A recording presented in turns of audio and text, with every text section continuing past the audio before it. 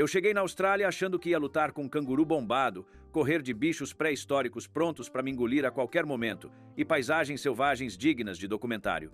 Mas a real me pegou de surpresa, viu? Em vez de monstros e ameaças, encontrei praias cheias de gatinhas lindas de biquíni, muito surf e uma vida ao ar livre que parece não ter pressa. Gente bonita correndo às 6 da manhã como se tivesse resolvido a vida. O clima é leve, a energia é boa e a sensação é de liberdade total. Ah, e o melhor, não tinha nenhum atirador misterioso escondido na esquina.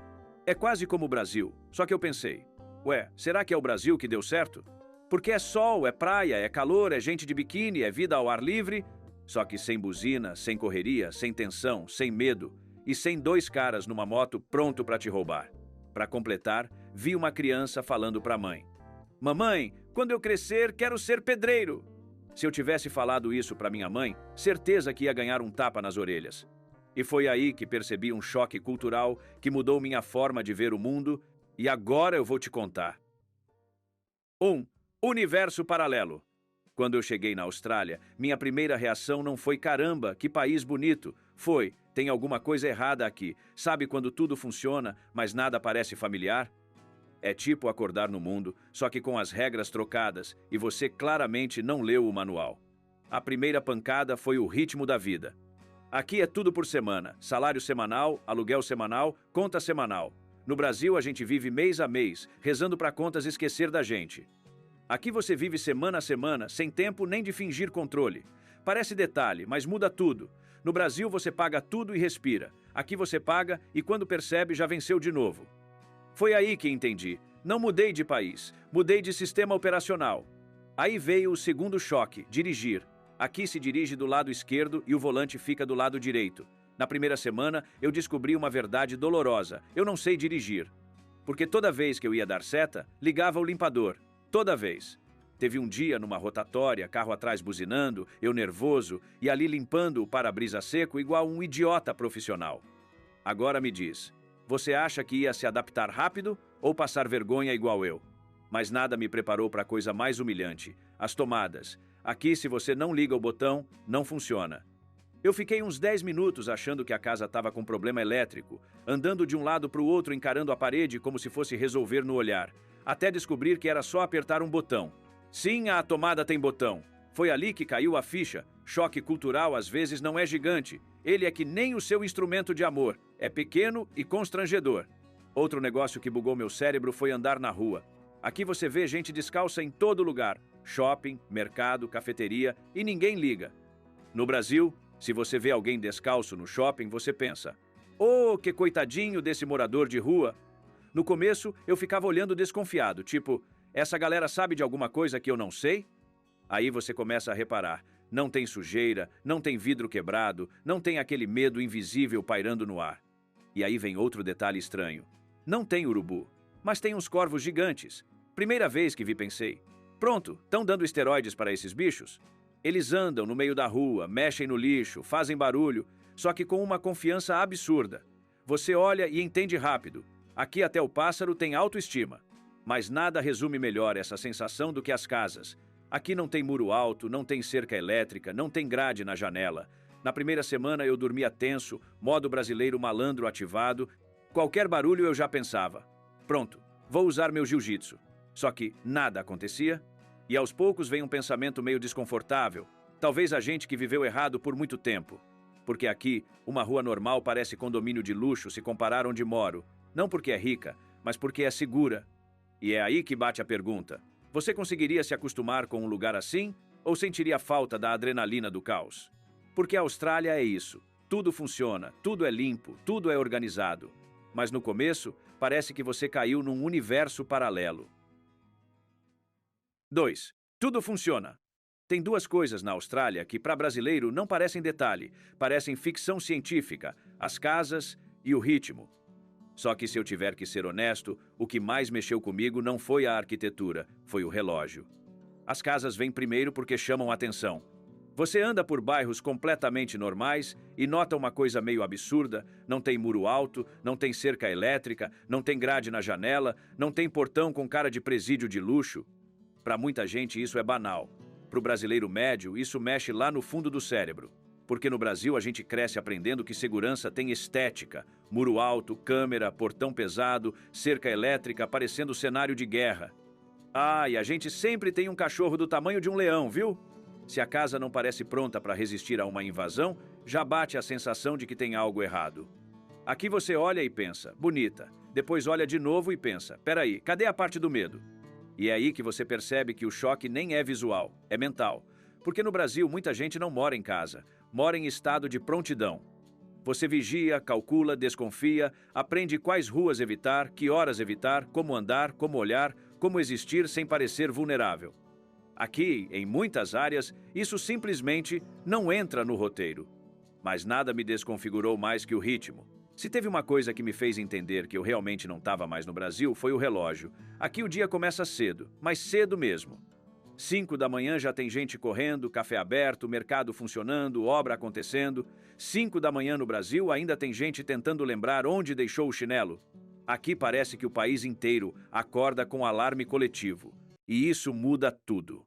Porque o brasileiro vive numa lógica diferente. A gente acorda devagar, começa devagar, e quando percebe já são 9 da noite e ainda está resolvendo coisa. Aqui não. Aqui o dia começa cedo e termina cedo também. E isso no começo me irritou. As baladas fecham cedo, mas cedo de verdade. Meia-noite, 1 da manhã, acabou. Acende a luz, segurança educado, olhando com cara de vamos pra casa, campeão. No Brasil, meia-noite é quando a gente ainda tá no banho decidindo se sai ou não. Aqui meia-noite já tem gente dormindo há 2 horas. Teve uma noite que eu saí achando que ia virar madrugada. Quando cheguei animado, já estava fechando. Eu olhei em volta e pensei, ué, acabou? A festa acabou porque amanhã tem vida. E aí você entende uma coisa meio desconcertante. O australiano não vive para sobreviver, ele organiza a vida para funcionar. Eles dormem cedo, acordam cedo, treinam cedo, trabalham cedo, resolvem tudo cedo. É quase irritante, porque o brasileiro tem orgulho do caos. A gente romantiza o cansaço. Aqui parece que ninguém quer viver exausto. E isso aparece até na comida. O café da manhã aqui é pesado. Ovos, bacon, pão, abacate, café gigante. Almoço? Às vezes é só um sanduíche rápido. No Brasil é o contrário. A gente ignora o café e se vinga no almoço. No começo achei estranho. Depois percebi que faz sentido. Quem acorda cedo precisa de energia cedo. E tem uma coisa curiosa. Quando todo mundo dorme melhor, todo mundo funciona melhor. Menos trânsito caótico, menos gente irritada, menos pressa desesperada. No Brasil, às vezes, parece que todo mundo saiu atrasado ao mesmo tempo. Aqui parece que todo mundo saiu no horário. Claro, não é perfeito, não estou romantizando. Tem dia que eu sinto falta do caos brasileiro, da madrugada viva, do barulho, da energia. Porque aqui tem noite que parece que o país inteiro resolveu dormir junto. Silêncio absoluto. Mas talvez seja isso que mais mexe com a cabeça. Perceber que existe lugar onde você não precisa transformar sua casa num bunker, nem sua rotina numa corrida de sobrevivência. No fim, o que mais me pegou não foi ver casa sem muro. Foi entender que aqui até o tempo parece mais organizado. E isso faz você questionar uma coisa meio incômoda. Você se adaptaria a viver num lugar que funciona? Ou sentiria falta do caos que a gente aprendeu a chamar de normal? 3. Valor real. Agora deixa eu te falar do choque mais silencioso que eu tive aqui. Não foi com tubarão, não foi com aranha, nem com dirigir invertido, foi com trabalho. Porque tem uma coisa na Austrália que desmonta muito brasileiro, a forma como eles tratam profissão. Aqui ninguém liga muito para o seu diploma, eles ligam para o que você sabe fazer. E isso bate estranho quando você vem do Brasil. A gente cresce ouvindo a mesma trilha sonora. Tem que fazer faculdade, tem que virar médico, tem que virar engenheiro, tem que virar advogado. E o resto? O resto parece plano B. Aqui não. Aqui você vê criança falando que quer ser eletricista, pedreiro, encanador e ninguém ri. Pelo contrário, respeitam. E isso muda completamente a cabeça. Porque aqui o trabalho manual não é visto como fracasso, é visto como habilidade. Vamos colocar números nisso. Um eletricista na Austrália ganha, em média, entre 85 mil e 95 mil dólares australianos por ano. Convertendo, isso dá mais de 280 mil reais por ano. No Brasil, o salário médio de um eletricista gira em torno de 2.700 reais por mês. Agora segura essa comparação. Um amigo meu aqui, eletricista de 30 anos, comprou uma Hilux usada por cerca de 50 mil dólares australianos. Isso equivale a aproximadamente 6 meses de trabalho. Já no Brasil, para comprar o mesmo carro, um eletricista médio levaria perto de 8 anos de trabalho. 8 anos inteiros. E é aí que você percebe uma verdade meio dura. Muitas vezes o problema não é você, é o sistema. Falo isso com propriedade. Tenho um amigo próximo que se formou em engenharia química no Brasil, conseguiu estágio, foi promovido, chegou a coordenar equipe. Sabe quanto ele ganhava? R$ 2.700. Hoje, aqui na Austrália, trabalhando como auxiliar de eletricista, ele ganha mais, vive melhor e, acima de tudo, se sente útil. Isso desmonta muita coisa dentro da cabeça da gente, porque no Brasil a gente aprende a escolher profissão por status. Aqui você escolhe por funcionalidade. E eu que me formei em música. O pessoal pensava que eu iria viver bêbado tocando em barzinho. Eita lasqueira! Não é à toa que no Brasil hoje parece ter faculdade de medicina em cada esquina. Todo mundo quer ser médico. Mas aí eu te pergunto, será que isso é vocação de verdade? Será que é mesmo o sonho realizado? Ou é só pela busca de status e dinheiro fácil? Aqui ninguém tá nem aí para a marca da sua roupa de trabalho. O que importa é se você resolve o problema. No Brasil, muitas vezes o pedreiro que constrói a casa é tratado como se fosse menos importante do que o engenheiro que aparece na foto dela. Aqui é diferente. Quem faz, quem mete a mão na massa, é quem ganha respeito. E isso muda até a forma como as pessoas andam. Porque quando o trabalho é valorizado, a autoestima muda. No Brasil, muita gente trabalha muito e ainda se sente pouco. Aqui, muita gente trabalha muito e sabe o valor que tem. Claro que não é perfeito. O custo de vida é alto, o trabalho é puxado e ninguém aqui está vivendo de férias. Mas a relação entre esforço e recompensa é mais direta. E isso faz pensar. Quantas decisões a gente tomou por pressão? Quantas vezes escolheu carreira para agradar alguém? Quantas vezes confundiu diploma com dignidade? Porque no fim das contas, diploma bonito não garante nada. O que o mundo valoriza é resultado. Talvez o maior choque cultural da Austrália não seja o salário, seja perceber que dá para viver num lugar onde o respeito não depende do título. Agora me fala com sinceridade. Se você pudesse escolher de novo, você escolheria status ou escolheria viver melhor? 4. Animais mortais. Todo mundo faz essa pergunta quando descobre que você vai para a Austrália, mas e os bichos? Porque se tem uma coisa que vendem sobre esse país é isso, que aqui tudo quer te matar. Aranha do tamanho da sua mão, cobra saindo da privada, água-viva invisível, pássaro que corre mais que você. E eu confesso, eu vim meio assim também, achando que ia descer do avião e já dar de cara com um canguru com luva pronto para lutar boxe. Só que aí você chega e nada acontece, nada, e esse é o choque. A Austrália tem sim alguns dos animais mais venenosos do mundo, mas a real é que você pode viver anos aqui e nunca ver nenhum. E vamos colocar número nisso para não parecer exagero. A Austrália registra, em média, de 2 a 3 mortes por ano por ataque de tubarão. No Brasil, por exemplo, vacas causam mais mortes por ano do que tubarões causam aqui. Sim, vacas. Picadas de aranha e cobra são raras e quase sempre tratáveis, porque o sistema médico funciona e existe antídoto para praticamente tudo. Ou seja, o medo é grande, mas a estatística é pequena. E tem uma explicação simples. A Austrália ficou isolada do resto do mundo por mais de 130 milhões de anos. Enquanto o resto dos continentes trocava espécies, os bichos daqui evoluíram sozinhos. Resultado: animais únicos, estranhos e às vezes assustadores. Mas tem outro detalhe que ninguém fala. O australiano aprende desde criança a respeitar a natureza. Eles não entram em matos sem olhar, não mexem no que não conhecem, não inventam coragem desnecessária. É quase um pacto silencioso. Você não mexe com eles, eles não mexem com você. Claro que tem exceção. Tem tubarão, tem água-viva box jellyfish, tem a funnel web spider, tem a taipan, considerada a cobra mais venenosa do mundo. Tem até um pássaro chamado cassowary, que parece um velociraptor mal-humorado. Ah, e tem também os crocodilos australianos, considerados os maiores e mais perigosos do mundo. Eles vivem em rios, manguezais e até aparecem nas praias. O maior réptil vivo do planeta, podendo ultrapassar 6 metros de comprimento. Mas a real é simples, você corre mais risco de ser roubado por 2 caras numa moto no Brasil do que ser atacado por um desses animais. E isso desmonta outra ideia engraçada. Porque o brasileiro acha que vai morrer por causa dos bichos, quando na prática o maior perigo aqui é outro. É acostumar. Acostumar com praia vazia, acostumar com rua tranquila, acostumar com vida organizada, Porque esse é o perigo real da Austrália. Não é o tubarão. É você começar a gostar demais. E eu sei que isso parece exagero, mas me responde com sinceridade. Se você tivesse que escolher entre o caos familiar que você conhece e a paz estranha de um lugar que funciona, qual você escolheria?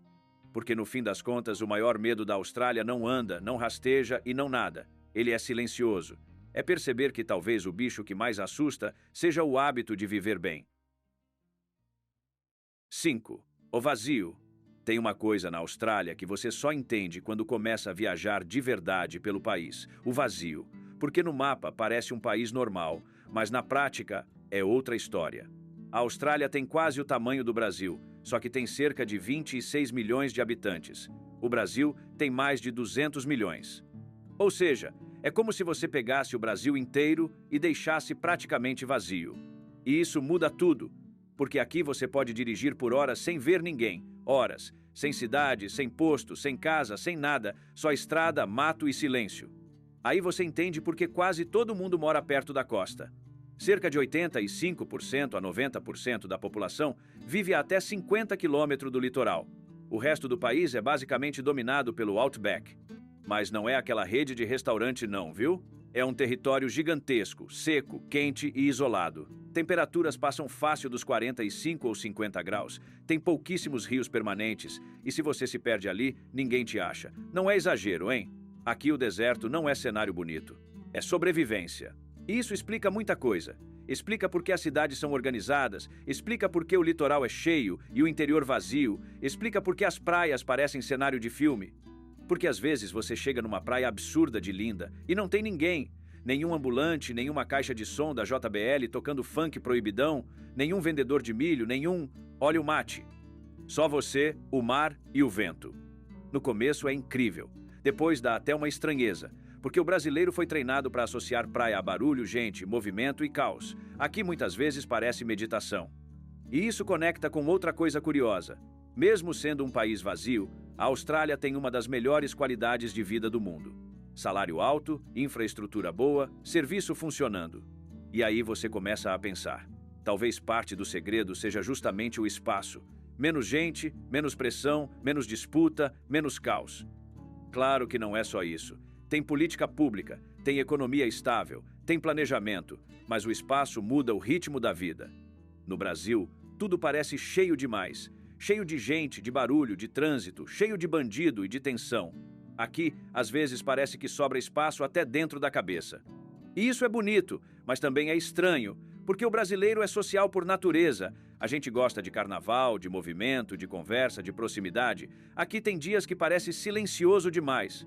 E aí vem a pergunta inevitável. Você conseguiria viver num país assim? Um lugar organizado, seguro, bonito, mas vazio? Porque no fim das contas, o choque da Austrália não é só cultural, é existencial. Você percebe que existe outro jeito de viver e começa a se perguntar qual deles faz mais sentido para você. Depois de 2 meses aqui, eu fiquei com uma pergunta martelando na cabeça. A Austrália é o Brasil que deu certo ou o Brasil sem defeito e sem graça? Porque à primeira vista parece muito. Tem sol, tem praia, tem surf, tem gente bonita, tem calor, tem mar absurdo. O cenário é familiar, engana fácil. Só que quando você começa a viver de verdade, percebe que a semelhança acaba rápido. Aqui tudo funciona, tudo é previsível, tudo é organizado. E isso é incrível, mas também é meio esquisito para quem cresceu no improviso e de quem vive de guarda alta. Porque o Brasil pode não funcionar sempre, mas vibra de um jeito que poucos lugares vibram. Aqui você vive melhor, mas nem sempre vive mais. Aqui tem paz, mas às vezes falta barulho. Aqui tem ordem, mas às vezes falta história. Então talvez a pergunta nem seja qual país é melhor. Seja qual vida faz mais sentido para você, estabilidade ou intensidade, silêncio ou movimento, rotina organizada ou bagunça cheia de vida. Agora fala com sinceridade. Para você, a Austrália é o Brasil que deu certo? Ou é só filtro de Instagram? Comenta aí, quero saber. Ah, se você chegou até aqui e não foi devorado por nenhum bicho pré-histórico, manda nos comentários, Austrália. E não deixe de conferir esse país que está aparecendo na tela. Ele é um paraíso de dia e à noite. Bom, vira um terreno cheio de pecados, se é que você me entende. Valeu demais por acompanhar e até a próxima.